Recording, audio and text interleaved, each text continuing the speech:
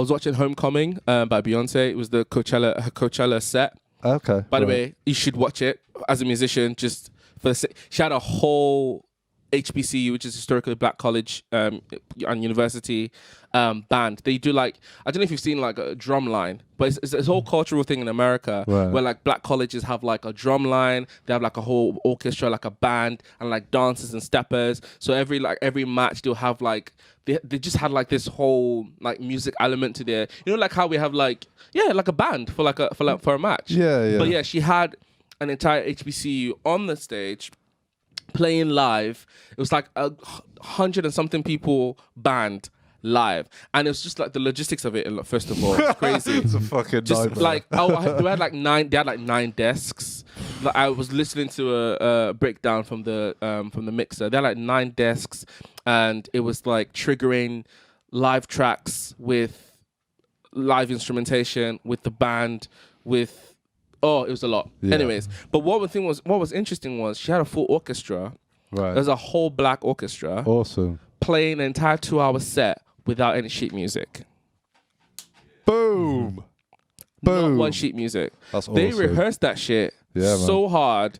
Like, they weren't just playing, they were grooving, they were dancing. I was like, this is so sad that the classical world would never see this as something to amplify. It's like, yo, that's what it should be, like they do everything classical musicians do and added sauce and added stank to it. And I was like, sorry, you can't replicate. I think that's fucking awesome though, because there's a huge disconnect with people that have with classical music because they think it's this like snooty. Yeah. Well, let's face it.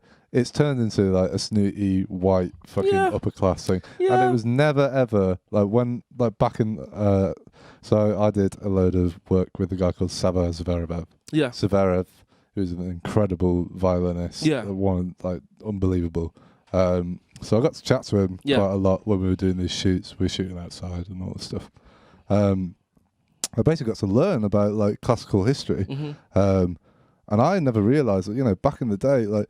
This was music that was for like the peasants and like for like the lower classes and stuff. It was never ever meant to be this elitist thing that it became, and it sort of became that in like the late sort of 1940s and stuff as other types of music were coming in. Yeah, it transforms into this thing, and then it's sort of been separated since then. Yeah, which I think is a real shame because I don't like listen to it much. Matt's been digging up some stuff, and I've listened to it with Nick. Unbelievable, man! Some of like the craziest music. And just like really like, you know, makes me tear up and stuff. Honestly, I was like, why is this not like an accessible thing? Why isn't it accessible? And why is it all fucking white people? Do you know what the reason is? Capitalism and white supremacy. Boom. That's it. Yeah, man. Yeah. Every problem in the world can be attributed to capitalism, fucking capitalism, and fucking white supremacy. Stupid white people. I mean, white supremacy is a thing itself. It's crazy. It's just so. I was watching it and I've seen it multiple times, but I was just like, the intentionality about having a whole black orchestra, right? People that. When you think classical, you don't think black people, do you? No, you don't. You don't see it. You don't. No. You have the one. You always find the one black person in there that's just going there, just doing my thing. It was a whole black orchestra. It's like, wait, we've been told a lie that this space, this type of music, was only restricted to a certain kind of group of people. It's true, bro. And I'm telling you, you need to watch that set. Even though the entire thing, just watch bits of it. As a musician, you can't be like, how? They had like steppers, they had a drum line, they had orchestra, they had a string section, and then she had a live band, the drums, she had the bassist. The bassist, there's a bit when she was doing what's it called? They did a Fela Kuti groove. What's it called? So they paid nod to Fela Kuti. I was like, ah! She had like hair and she was like flinging her hair around, and I was like, I dare any male bassist in the world to do that. Yeah. She was a woman, this black woman, that's awesome. Just dum, and she was killing. I was just like, the source, the energy, the vibe, you can't replicate that. No. Mm-hmm. They're doing everything that anybody else would do, but they're doing it at a level that's so intricate. Yeah. It's no shit music for 2.5 hours. And they were vibing. They were like, I was like, that. There was a reason why it was critically acclaimed. There was a reason why Rolling Stones calls it the most important performance ever, like in this millennia. Like, it's crazy. But the reason I got into that was, talking about like musicianship, how like it's so crazy how I think Hans Zimmer does the same as well. Like, 2 weeks ago, I literally decided I just got hooked and I was watching Hans Zimmer like shows on YouTube, and I watched his Coachella set. I think it started from I love Time from Inception. That score, that piece, I think it's probably my favorite score, and I just started watching loads of Hans Zimmer stuff. And he has like his team is diverse as fuck. Like, is diverse in terms of women, in terms of gender, in terms of race, in terms of like accessibility. It's just and it's a whole orchestra, and it travels with like 100-something people, and it's just like they were all doing the shit off like by heart, no sheet music, and he's like playing all the scores from all the movies that he's done. And the reason I said that was because I was looking and we're talking about Fela Kuti and how they were able to kind of infuse this element of like, and I think people take it for granted, and people take it for granted a lot, to be able to do that, learn the stuff, and then perform the stuff in a way that its presentation, it's a thing in its own self. Yeah. And because they did it so well, it was taken for granted because it's like, yeah, that's just normal. And it's like, no, that shit ain't normal. Yeah. Go to Philharmonic, Liverpool Philharmonic or London Philharmonic. They can't do that shit. No, man. They're just like, they can't. And it's like, why are we not putting those people on a pedestal? Why are we not celebrating those people? Yeah. The people, the way, and the way, that type of musicianship has birthed so much in the world. I wrote a thing about to Beats station about the erasure of blackness in music, and just how there's so much has been taken from like black culture, taken so much, like funk, soul, jazz, rock and roll, like R&B, and it's like the stripping away of the roots of it. I wrote a little piece on it and everything, and it was just talking about that is the same thing about like how what we're able to enjoy now is because some people pioneered that shit, and then some rich white person came and said, oh yeah, I'm just gonna take that and I'm gonna take credit for it. Yeah. And they're getting royalties, and they're getting like whole empires built off of the backs of people. Like, when you talk about rock and roll, people are just like, let's never go. I don't want to start a fight. What's his name? With the hips. What's his name? Elvis. Yeah. He did say Elvis was a whole fraud. Yeah. He stole that shit. That wasn't his. But it's like, it's this constant thing of like, just going back to what I was saying about like the erasure and taking and extrapolating and how that kind of music isn't in the mainstream, mainstream, but like isn't revered as it should be. Yeah. Yeah, I agree. That part. Yeah, I agree. Yeah. That was really long-winded, but we got no. What's that? So what's that performance called? That Beyonce. It's called Homecoming.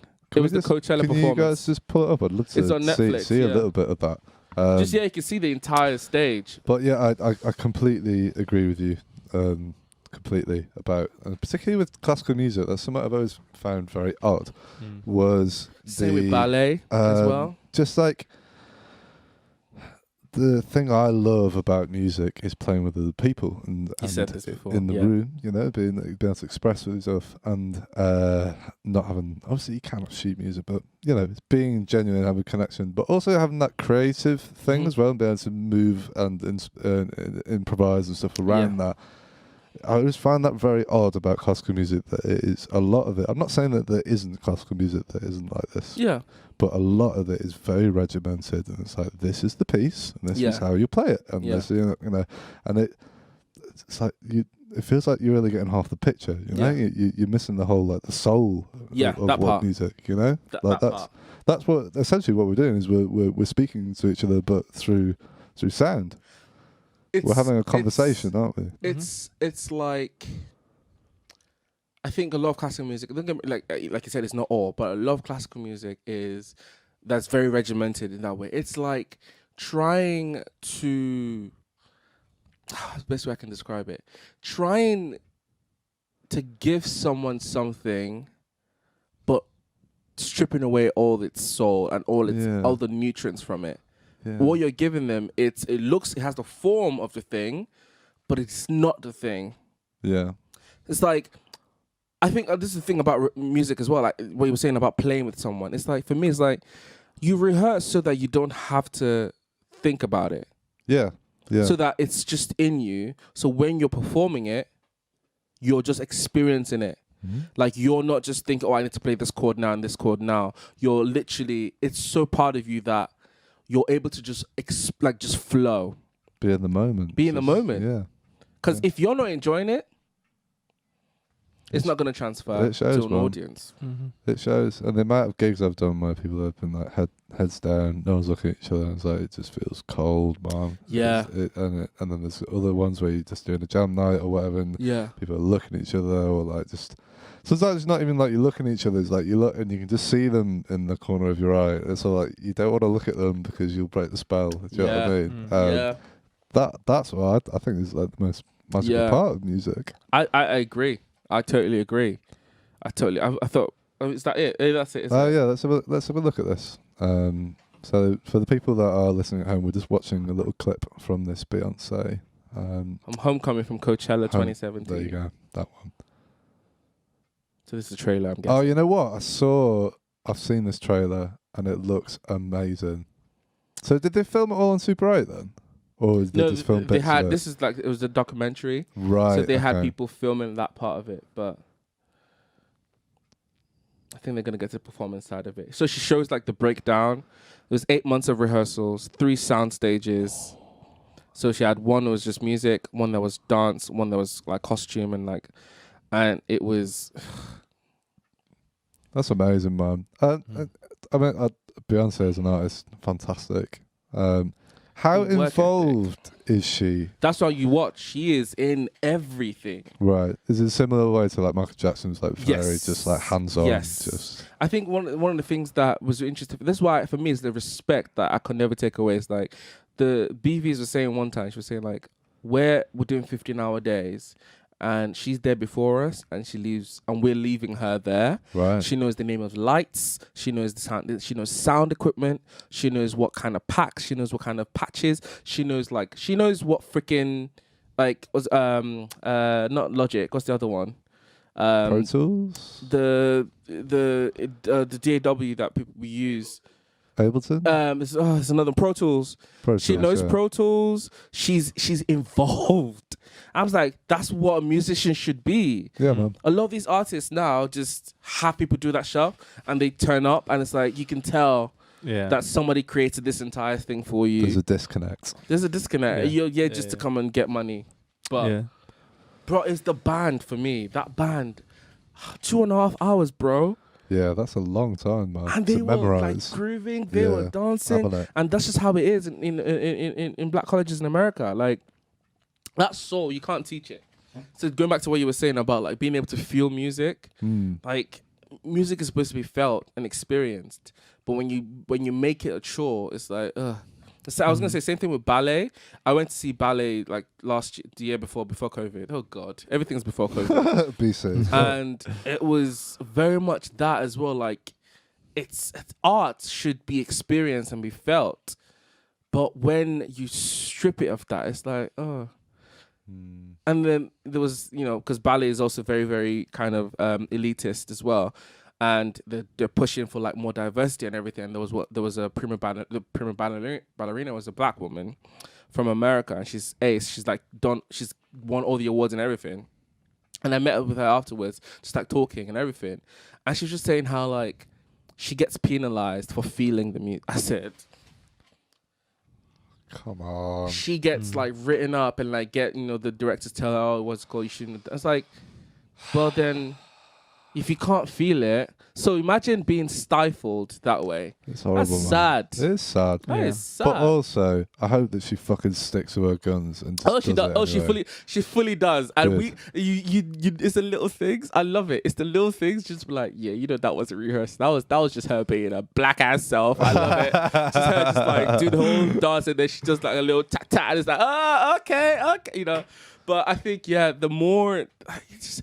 The world, like imagine, think about this. Like we already know Bollywood, and like it's such a visual experience. It's a visual cultural experience. Yeah. Imagine like Indian dancers who have that that rhythm and that flow in them, and merging it with classical dance. Like, imagine what they'll bring to the world of ballet if they were freaking open to other people coming in. Yeah. Imagine. And the other thing as well is like the maybe there is something that is already doing that. Yeah. But then that stuff isn't pushed. Yeah. So people don't fucking know about it. Do you know what I mean? So it's like but it's small moves, man. All of this stuff is small Our moves generation in the right has the power to change that. Yeah, man. Because we can learn a lot from each other. Absolutely. Thank you for listening. Be sure to subscribe to the podcast to catch up on new episodes every week. Also, check us out on our Facebook and Instagram at RecRooms, where you can find out about our other exciting music series. We also have this and all our other episodes of the podcast up on our RecRooms YouTube channel for your viewing pleasure. See you next time.